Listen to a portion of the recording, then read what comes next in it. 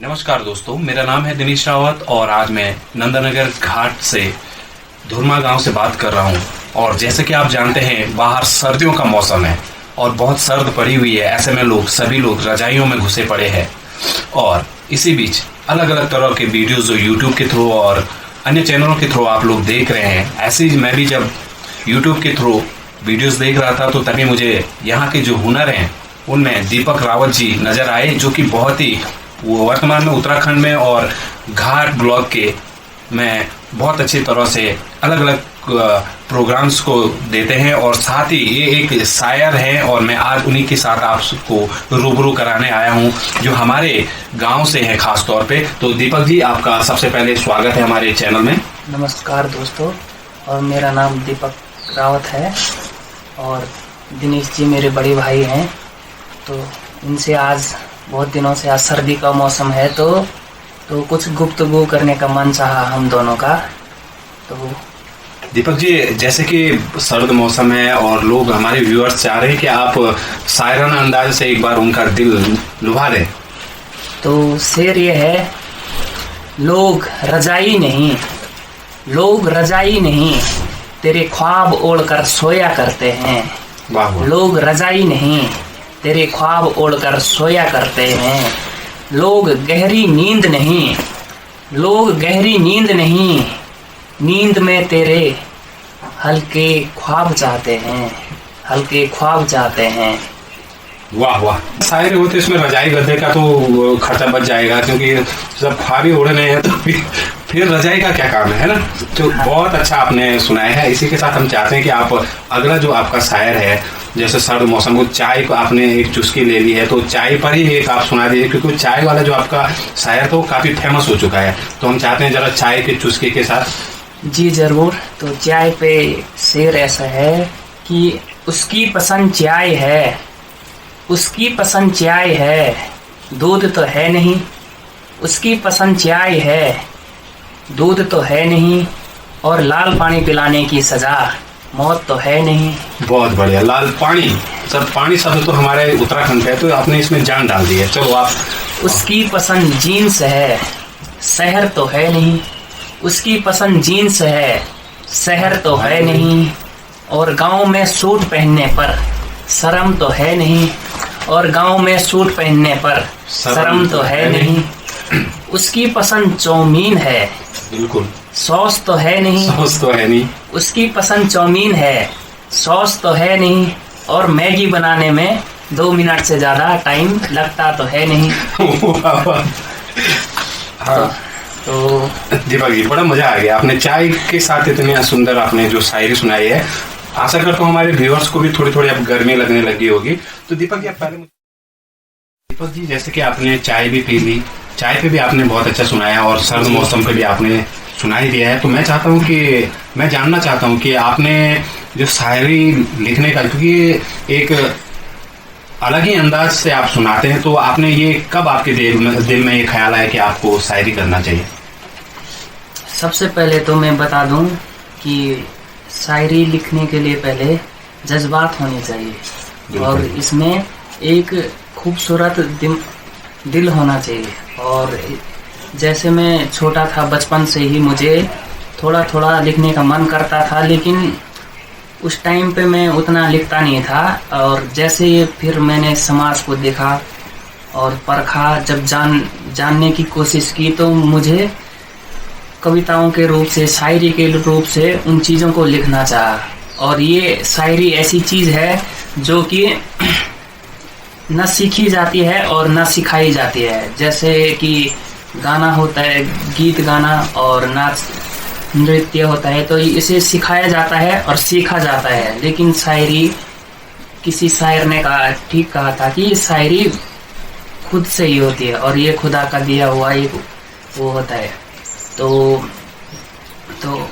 कुछ एक शेर ऐसा लिखा था जिसमें कि कुछ प्रेरणा। दीपक जी, आप जैसा हम जानते हैं, शायरी के साथ साथ आपकी जो लाइन्स रहती हैं वो कहीं कहीं आप बहुत प्रेरणादायक बातें बोल देते हैं। आपने कुछ दिन पहले आपने मुझे एक लाइन सुनाई थी, वो गाय पर आपने सुनाई थी, तो आप उसे भी आप एक बार। हाँ जी जरूर, और मैं उसे शुरू से सुनाना चाहता हूँ। तो उसमें कुछ मिश्रण है इस तरह से कि नहीं है चेहरे पे मास्क, नहीं है चेहरे पे मास्क, फिर भी लुटेरी नजर आती है। नहीं है आंखों पे चश्मा, नहीं है आंखों पे कोई चश्मा, फिर भी नजरदार नजर आती है। और आता नहीं उसे 8 का पहाड़ा, 8 का पहाड़ा, और आता नहीं उसे 8 का पहाड़ा, देखो फिर भी समझदार नजर आती है। वाह वाह दीपक जी, समझदार नहीं नजर आती है। और दिल में कोई नहीं है तुम्हारे सिवा, और दिल में कोई नहीं है तुम्हारे सिवा, देखो फिर भी खबरदार नजर आती है, खबरदार नजर आती है। और राह में पड़ा है कूड़ा कचरा, बहुत बढ़िया, कोई स्वच्छ भारत अभियान का पालन क्यों करेगा, हर किसी के चेहरे पर मास्क नजर आता है, मास्क नजर आता है। और राह में पड़ा है कांच, कोई उसे क्यों हटाएगा, हर किसी के पैरों में जूते नजर आते हैं, हर किसी के पैरों में जूते नजर आते हैं। और माँ है माँ, और माँ है माँ, जब तक गाय दूध देती है, बूढ़ी हो जाए तो बाजार में लावारिस नजर आती है, लावारिस नजर आती। मैं कस्में खाऊं चाहे कितनी भी बार, मैं कस्में खाऊं चाहे कितनी भी बार, फिर भी उसे मैं झूठा नजर आता हूँ, झूठा नजर आता हूँ। क्या बात है दीपक जी, आपने जो एक तो आपने जो गाय वाली आपने बताया कि आज की जो स्वार्थी दुनिया है वो किस तरह से अपने हिसाब से अगर काम आए तो तब तक ठीक है, अगर काम ना आए तो उसे लावारिस छोड़ दिया जाता है। हर चीज़ दुनिया को एक स्वार्थ के रूप में देख रही है। आपने बहुत ही शायराना अंदाजे से इसे बहुत अच्छी तरह पेश किया है, इसके लिए हमारे व्यूअर्स आपको बहुत बहुत धन्यवाद करते हैं। और दीपक जी, आप अपनी पसंद की जो आप शायरें तो बहुत लिखते हैं, लेकिन आपकी जो फेवरेट हो, आपकी जो सबसे ज़्यादा पसंदीदा हो, आप 2 लाइनें।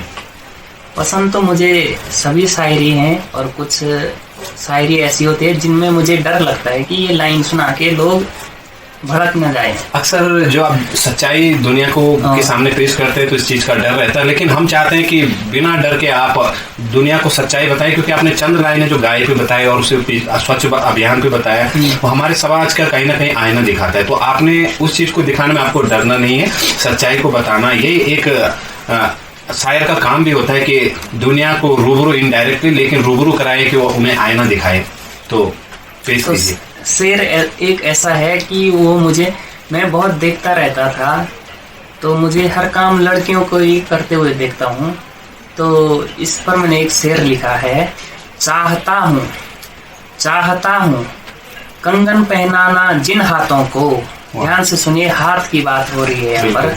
चाहता हूँ कंगन पहनाना जिन हाथों को, देख रहा हूँ बर्तन मांजते उन हाथों को। तो यहाँ पर हाथी की बात हो रही, लड़की की बात नहीं हो रही है। अच्छा।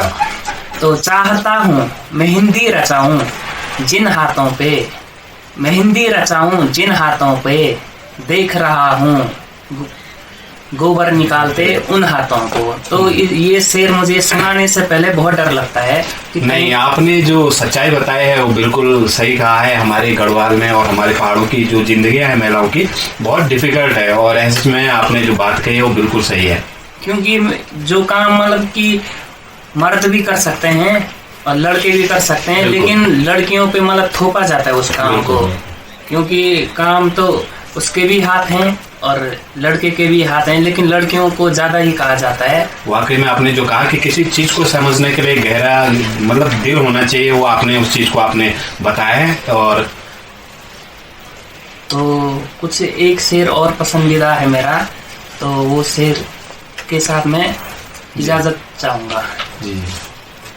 तो शेर इस तरह से है कि सूरज को घेरे बादल, सूरज को घेरे बादल, चाहे सवेरे से, शाम होती है फिर भी आहिस्ता आहिस्ता।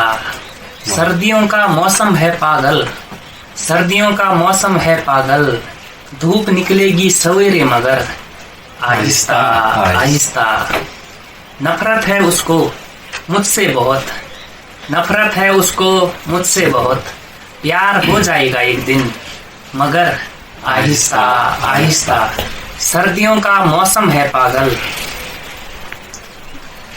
उसको मुझसे नफरत है बहुत, नफरत है उसको मुझसे बहुत, प्यार हो जाएगा एक दिन मगर आहिस्ता आहिस्ता।